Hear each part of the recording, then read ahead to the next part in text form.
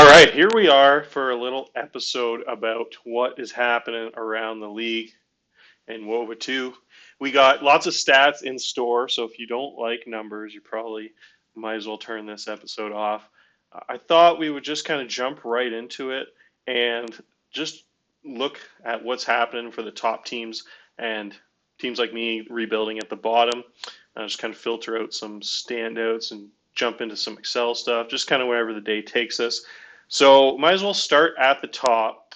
We will see the best teams in the league. So right now we got Tampa Bay kind of running things in the East. They are at 84 and 42 on pace for about 110 wins or so. They have a pretty phenomenal balance between, as you can see here, this one's pretty cool. It doesn't come up by default, but you can just use the little arrows and move around the screen by doing stuff like this. And so you can make this one here, and it ranks them in the OSA or whatever. I can show you later in my Excel sheet. Has a league-wide ranking of every position, but kind of gives you a quick little overview of the talent they have there. They're the best right fielder in the league, and it's not exact, but it's pretty close. Like if it says 6, it might not be exactly 6 in your opinion, but it would be around there. It's not going to be like 25th best or something. So OSA is pretty accurate when it comes to offensive players. The pitching, they're not as accurate, but when it comes to position players, it's a lot better. It just doesn't rank the defense well enough. So if he's a defensive specialist, that's like a decent bat. They really underrate those guys, but offensively, they do a really good job. So they have one of the best first base in the league. They have one of the best right fielders in the league. Top 5, top 10 players at second base, shortstop, and left field. Mayer's still at this, only 29 years old in this league, huh? So they're kind of killing it there. If you look at their team stats, kind of been just really consistent across the board all year, almost every single month. One of the most consistent teams actually I've ever seen, probably 667, 65, 66, 66, 68% win percentages across the month. So they're just winning with a historic good offense there. They're first in the AL in offensive WAR, runs scored, wOBA, slugging percentage, on base percentage, all the important stuff, and walks. Pretty much doing everything well. And then defensively, they're almost as good. They're first in earn run average. Must be really close when it comes to runs allowed, because if you're first in ERA but not first in runs allowed, that's a little strange. So that must be close to a tie there. First in opponent batting average, one of the best defenses around, third in defensive efficiency. So just kind of killing it there. They're top players, as we mentioned, just obviously the superstar right fielder. It's really just a matter if he stays healthy for the playoffs, and then they're just really good at second base with this monster here. And then their first baseman is one of the best players in the league. Won Rookie of the Year, I think, last year. 406 on base percentage, been even better this season. The home runs are down, but the offense overall is about the same. Just been really, really, really solid. So that's their kind of team. And then they have the ace there, Austin Nye. And what else they got here? Dylan Ray is one of the better pitchers in the league, too. He's been kind of killing it. And so they're just really, really deep there, 1 to 4, and a couple other good arms here.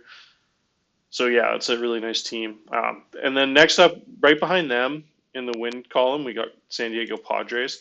Padres in this league are pretty loaded, a big budget, a really good team too. They have arguably the best pitcher in the league. There's an argument we can talk about later, probably between top 3 or 4 arms. But Francis Blanco here has a 70 slider. Just really pretty much a heavy movement guy. Guys just have incredibly low BABIP against him. So because he has a really high BABIP and really high home runs against. So he's going to be somewhat mediocre, although he's playing a little better than his ratings indicate and stuff. He's got 24% strikeout percentage. With 50 stuff or 55 stuff, you'd see that number between 18 and 20%. So it's actually a little bit outdoing his ratings a little bit. So my scout could be a little bit low on him, but partially could be like a high 50, like really close to a 55. But yeah, so he's actually playing better than that. It's kind of playing like he's got 60 stuff almost. And then the league average, he's better than the league average walk percentage, which is about 7.5%, 8%. So he's only at 6%. So the controls plus, the stuff spinning plus, and then the movement's elite. So he's kind of ticking all the boxes there and looking to lead the league in WAR for 2 seasons in a row. Pretty crazy WAR numbers here. Absolute beast. And then they got another real top-notch young starting pitcher here who is just had a crazy jump up. So last year he spent most of the year in AAA and kind of got a cup of coffee at 28 innings in the majors. So I'd imagine he's probably in the lead for Rookie of the Year. I haven't looked at that in a while, but wouldn't have lost his rookie eligibility last year with only 28 innings. So this year he's just kind of been untouchable a little bit at times. As you can see here, he's had some ridiculous starts. The last 5 starts, like look at that. He's got 7-7 almost complete games here, 0 runs. Just been crazy good. 26% strikeout percentage. That stuff is playing like crazy. And then, yeah, the walk percentage of the home runs are both good. So just 2 elite arms. That guy's a lefty, too, which is nasty. They also have this elite young righty here who's been really good, too. So that's a scary team moving forward. A lot of young talent. They should have a lot of money coming off the books here in a few months here. Or, no, sorry, they got all these are still long-term deals, actually, with these old fellas. But do have a couple coming off the books. But, yeah, really, really good team there. Position player-wise, they have one of the best players in the league here in Mitch Bogdan. Top-notch defensive shortstop. Has a really good plus bat at shortstop too. The really nice defensive all-around 5-tool player at center field. Elite player in the MVP running every single season. And then they got another really good outfielder here in Chris Gaffney. And then another couple good infielders here. Jesus Sandoval is having a really top season, and then Salam here is just having a great season too. So as you can see, they're both real plus defenders too. Playing first base here with his 60 range, just really good defensive team here. Top 5 in defense, first in starters ERA, and then run the top offense of the league. So those 2 teams, Tampa Bay and San Diego Padres, are really elite. Next up, we have Colorado, Colorado might even be better than San Diego this year. Talent-wise, they're just playing quite a bit below their Pythagorean. They have 78 wins, but their Pythagorean says they should have 84, so they're actually 6 below that. So they should actually be pretty much neck and neck with San Diego there. When it comes to that, it's just a little bit small sample. They just have been crazy offensively, as you can see, first in almost every single category here. 743 runs scored. We'll jump into that a little bit more on the Excel spreadsheet. Defensively, almost as good. Number 1 zone rating in the league. Top 5 defensive efficiency. They got number 1 WAR when it comes to pitcher and defense. The number 1 WAR in offense too. So that's just a gross combination there. And then they're top 3 in pitching, which is pretty scary for a Colorado team, which is usually one of the worst ballparks. That is the worst ballpark for that. So that's pretty crazy to have that at Coors. Have the number 3 starter, number 3 ERA for the bullpen too. So ridiculous team. They're led by pretty much, you can just sort by power, and you can see these top 5 or 6 guys here are just all superstars.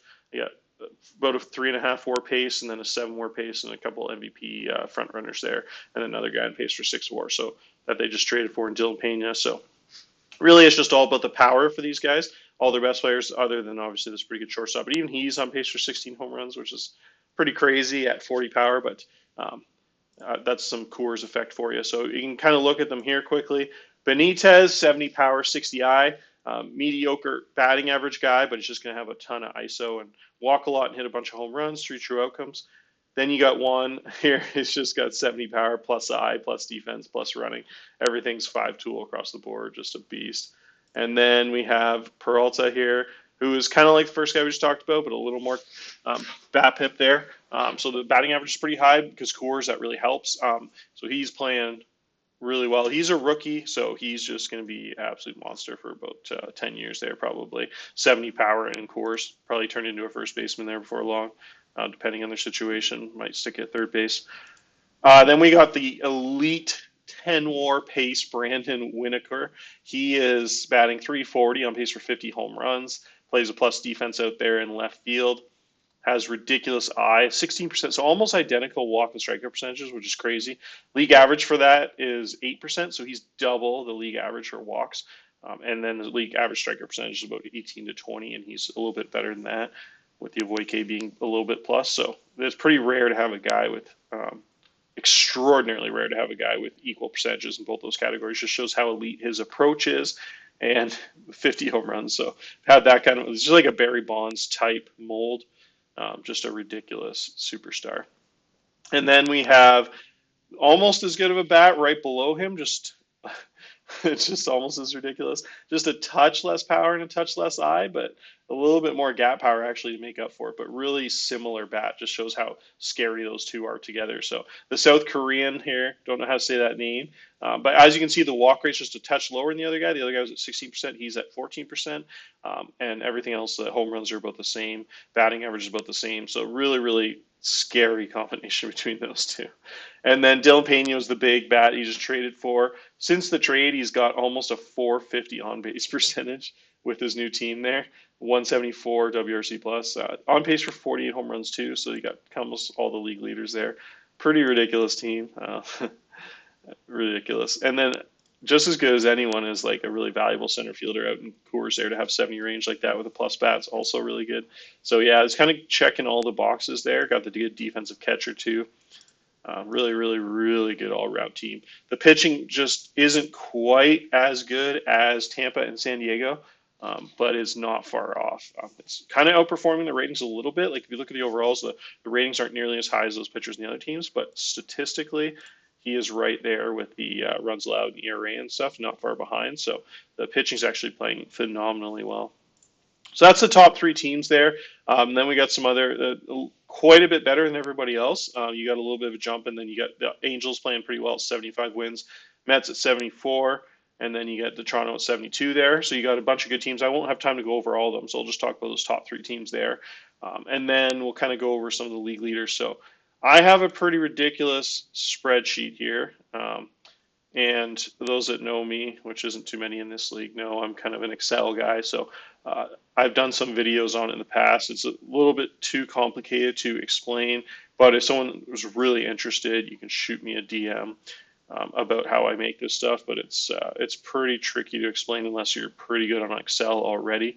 But I could always do that in the future. But what I like to do here, I'll show you my main sheet. So my main sheet here is going to be the overall financial and team statistics. So I made this sheet here. I export all the data into this, make some formulas out of it, and then it spits out this. So what we're going to go through here is just kind of what's going on around the league. So I can sort it by win percentage here, and you can kind of see where the teams rank. At the top here, I'll have the averages, and then at the bottom here, I'll show the league high and the league low out of the 30 teams, so you can kind of see where things stand.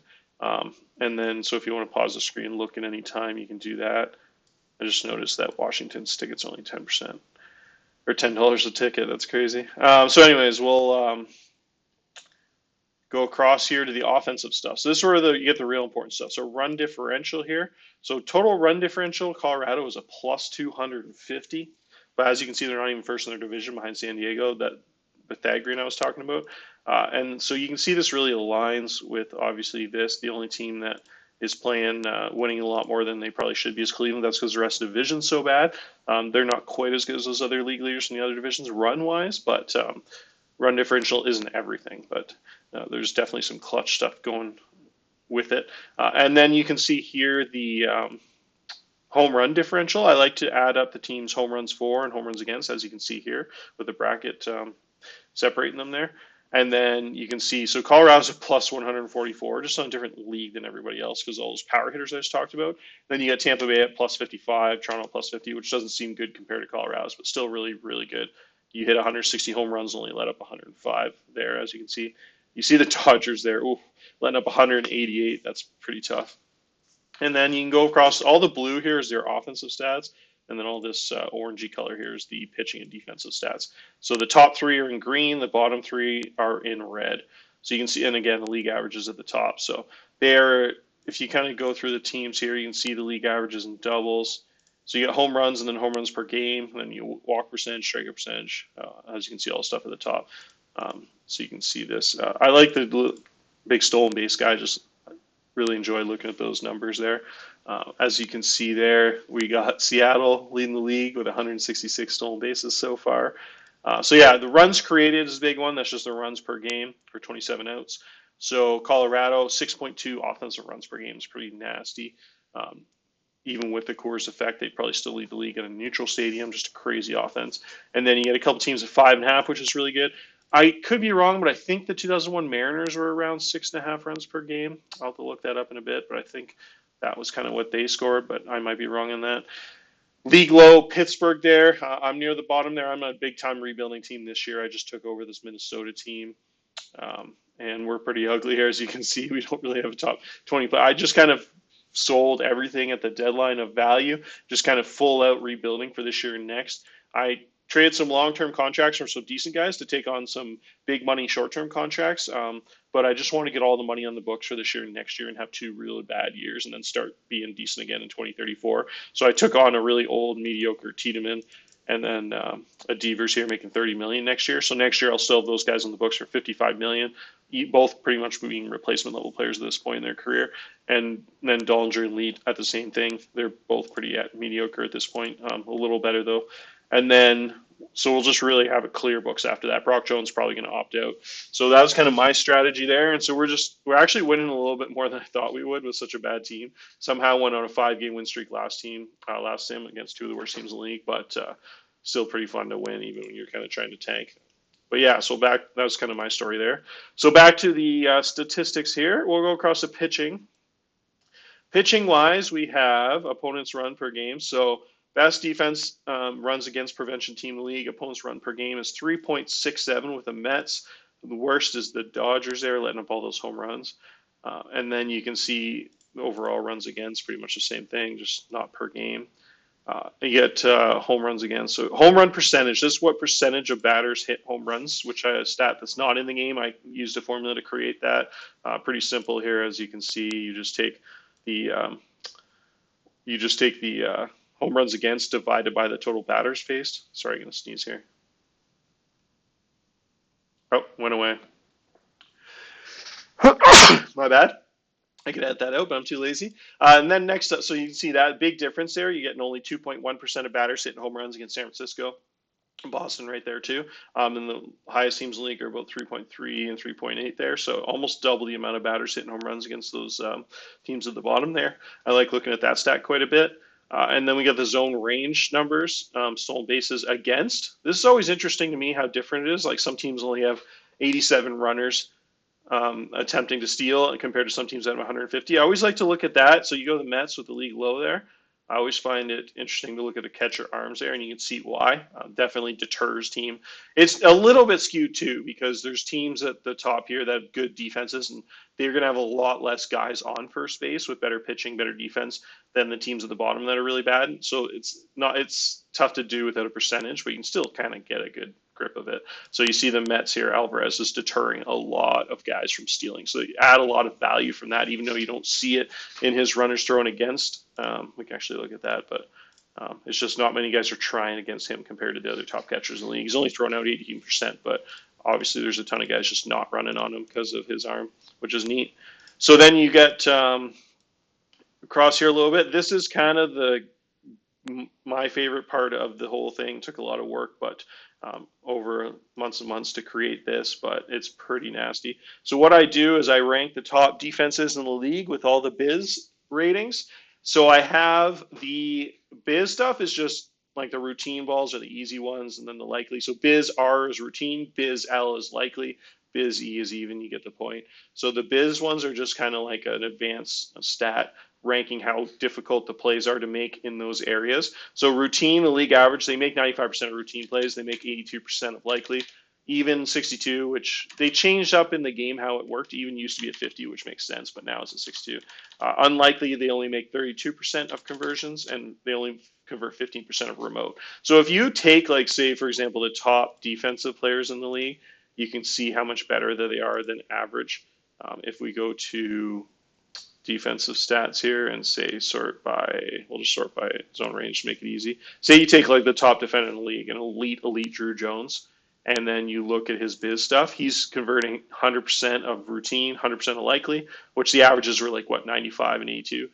Even average for even was 62%. He's converting almost 80. And then the really crazy is you see it though in the remote stuff and the unlikelies. That's where the elite guys make their money. So he's converting 70% of unlikely balls, and the league average for unlikely was 32%. So you can just see how ridiculous that is. And then league average for remote is like 15%. He's converting 21%. So as you can see, just a juggernaut defensive player across the board, which makes him so valuable. I think we lost our Arizona GM, which is probably why he wasn't traded at the deadline, or he probably would have been because he's so valuable on big contract. I'm sure a rebuilding Arizona team might have considered moving him, but I think he's missed about 10 exports in a row, so I think he's gone. So then we'll have all those stats. So what I do is I take all the team stats and then I just give them the 1 to 30 ranking in this category. So it just says with their first place to 30th and does that for each one. And then this number ranks all the, it averages it. So they're third place in this, first place in this, third place in this, fourth place in this. It takes all those averages and then it gives them a rating. So it just averages where they are across the board. And it's not weighted separately. It just weights everything the same. So it weights remote the same as routine and all that. And then it's whoever has the best average, the lowest number is the best defense. So you see Baltimore's the best defense in the league. They're just crazy. Third place, first place, third place, fourth place. They're right across the board. And Ayers, they're fifth best. And so they're really elite. You can see Colorado's right up there with a really good defensive catcher and really good defensive center fielder, and the shortstop's pretty good. You got the Mets up here too with an elite couple defenders there. Oakland's up there, and then Washington rounds out the top 5. And then as you can see to the right here, it has some more of the numbers. So it has total conversions, total attempts, and then so it says the percentage. So as you can see, the league average down here, 75% of plays they convert of balls hit into play that aren't home runs or out of the stadium or strikeouts. So this is just the numbers that are inside the stadium. So defensively, the top teams convert about 78% of plays. The bottom teams convert about 72. Doesn't seem like a huge percentage, but over massive sample sizes with thousands of attempts, that's a huge difference. So league average. So as you can see, my defense is below league average, so I don't have very good defense. So I'm at 73.9%. I made this little thing here. You can pick any team and just run. It changes the numbers across the board, so you can just compare it to the league average, and then that's the difference at the bottom there. Kind of some little Excel stuff there. But yeah, so you can see here the highest percentage of conversions, if you look here, is New York Mets, Oakland, all those top teams. As you can see, they're ranked really highly in this.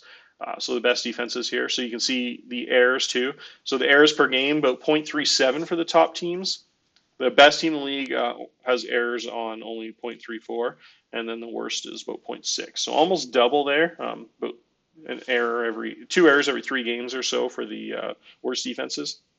And then that's just some really advanced stuff there with the attempts broken down. So out of all the attempts of the 2,853 attempts Baltimore's defense has had this year, 56% of them have been routine, 12% likely, 9%, 9%, and 12% of them were remote, and then almost 10% were impossible balls to get to statistically that no defense would make it to.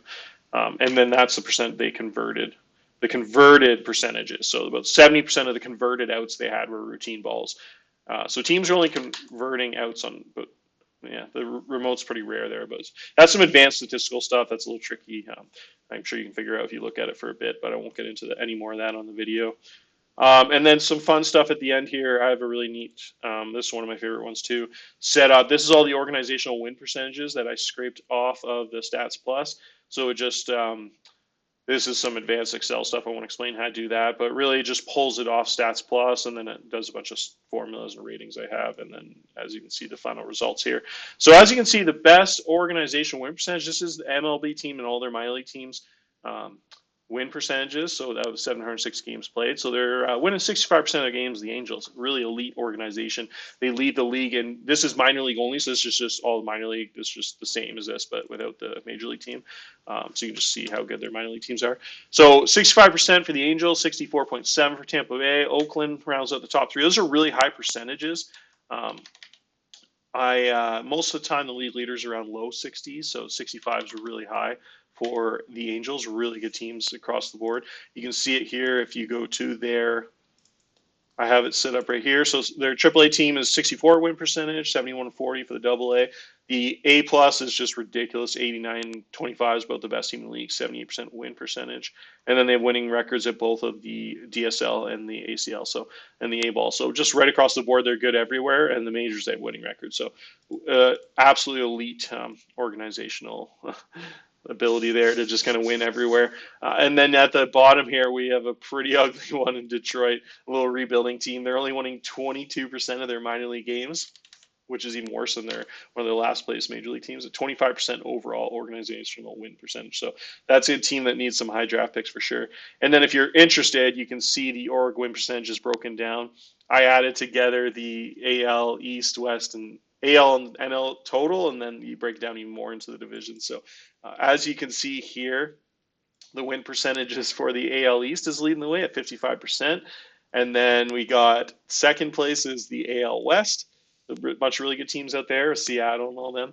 That's a really tough league to play in there. And then at the bottom here, the worst is my division. AL Central's getting kind of embarrassed. We have we do have 413 less wins in the AL East, which is pretty brutal. We've actually played 12 more games than them too, if you look here. So it's kind of broken down a little bit here. So that's pretty ridiculous. But yeah, if you're interested in that kind of stuff, send me a DM and I can explain how to do it if you want it for some of your other leagues. But it's a lot of Excel work, I'll warn you, if you're interested in that. But yeah, that's it for now. I'll talk about some of my other stuff later. But I thought this would just be kind of a fun little statistical episode and kind of break down the happenings of wOBA and some of the advanced stats there. Maybe I'll do the individual player stats in a different episode. I got lots of free time this weekend, so we'll see what happens. Cheers, guys.